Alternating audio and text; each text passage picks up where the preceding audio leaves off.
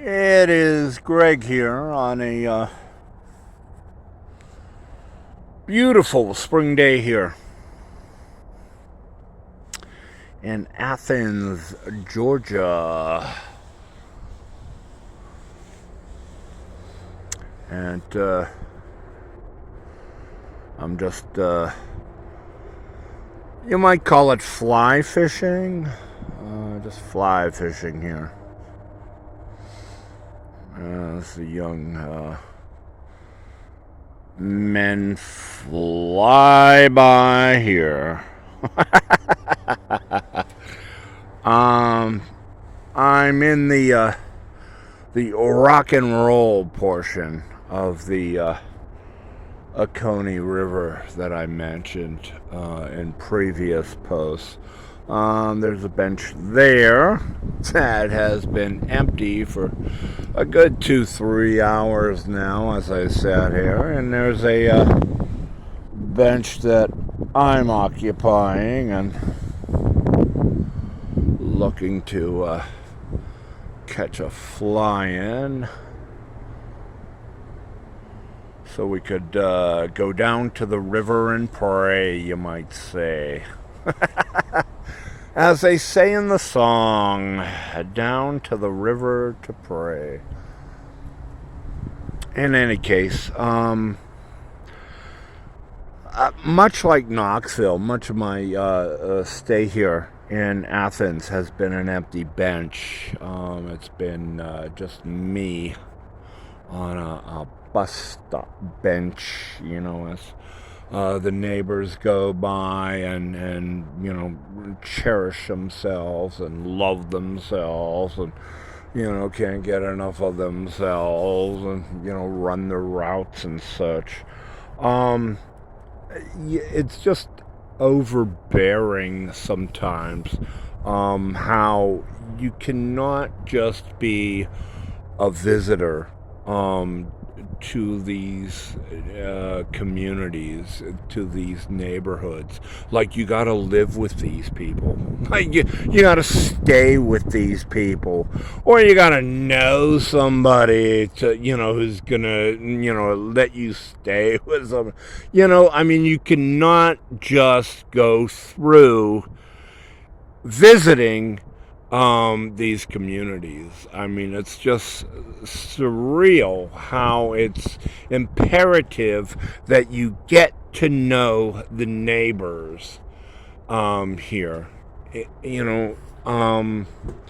And such is the case, of course, again, with Athens and the people of Athens,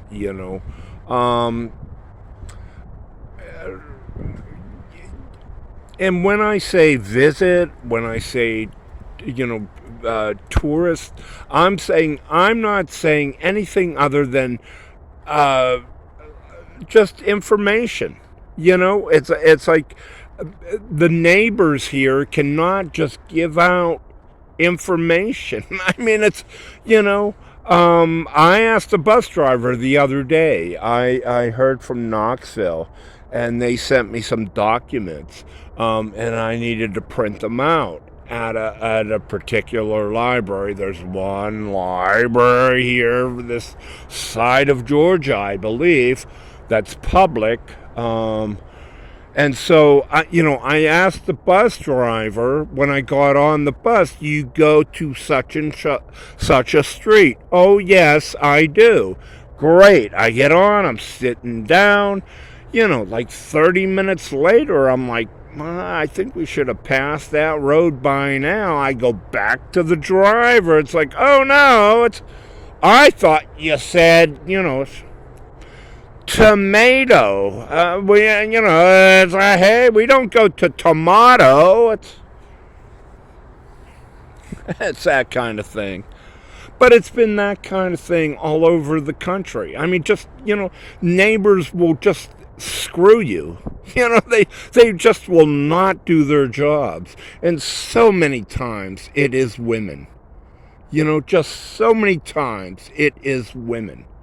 And, just visiting here, just, going through these neighborhoods and such, Why do that? Why, like, it's like, and they're the same neighbors that get really upset that for some reason you don't want to live here. They get really pissed that, like, for some reason you don't want to live here. You don't want to make this your home. It's like, hey, it's like, do you know what I go through out here in a day with your fellow neighbors? It's like,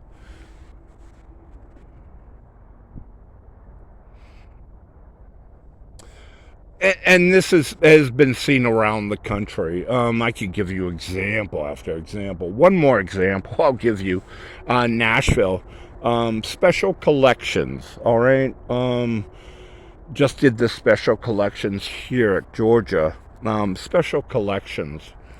Nashville Library. Now, the main Nashville Library is downtown, and it's about 2 blocks from, like, the old Nashville High School. Hume Fogg, I think, is the name of the high school. And it's on Broadway, and there's a big monument out in front to Randall Jarrell, sort of a second tier American poet who graduated from that high school. He wrote The Bald Turret Gunner. I think I got that title correct. Great poem. And it was a standard during my day in, English classes. But, but they got a big monument out in front of the high school honoring him. So I go just to test, just to play with the neighbors instead of having them play with me. I go to the special collections librarian at the desk, okay? And I say, do you have anything by Randall Jarrell? And this woman's like, oh, should I know them? It's like, yes. She's there, well, let me check. She's there, who is he? And I walked out the door. It's just,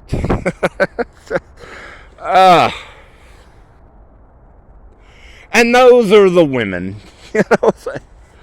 We ain't even gonna start with the boys. Although, to be,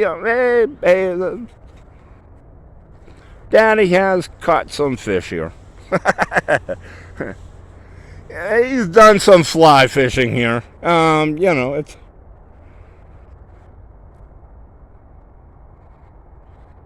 Don't tell your mother, though. Hey, you see this on the web.